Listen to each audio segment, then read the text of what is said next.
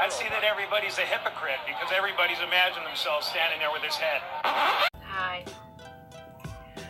Give me one. Okay. Hi guys. I came across this video earlier.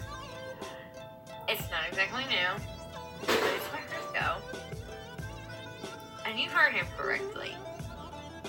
We all think about beheading Donald Trump, the President of the United States head. Everybody thinks about it. Just not everybody says it or does it. And she's a comedian. So we're the hypocrites. Okay. Let me go just a little bit further into this before I really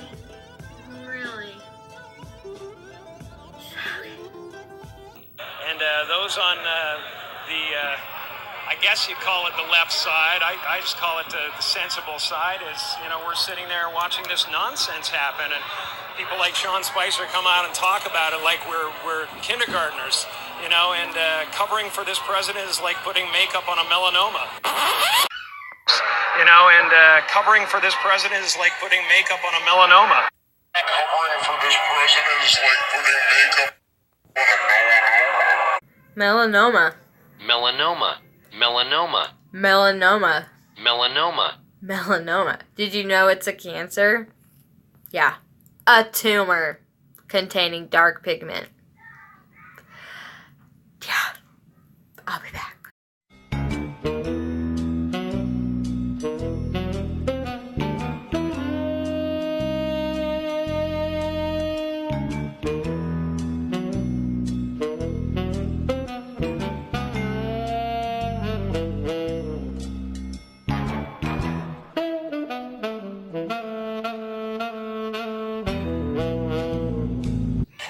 It is the job of a comedian to cross the line at all times, because you know, that line is not real.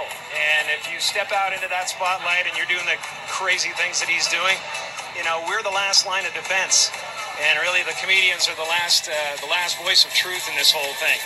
You know, voice of reason as celebs is to step up and say, just because I support Hillary or I support Donald Trump doesn't mean that you can go around punching people and everything else.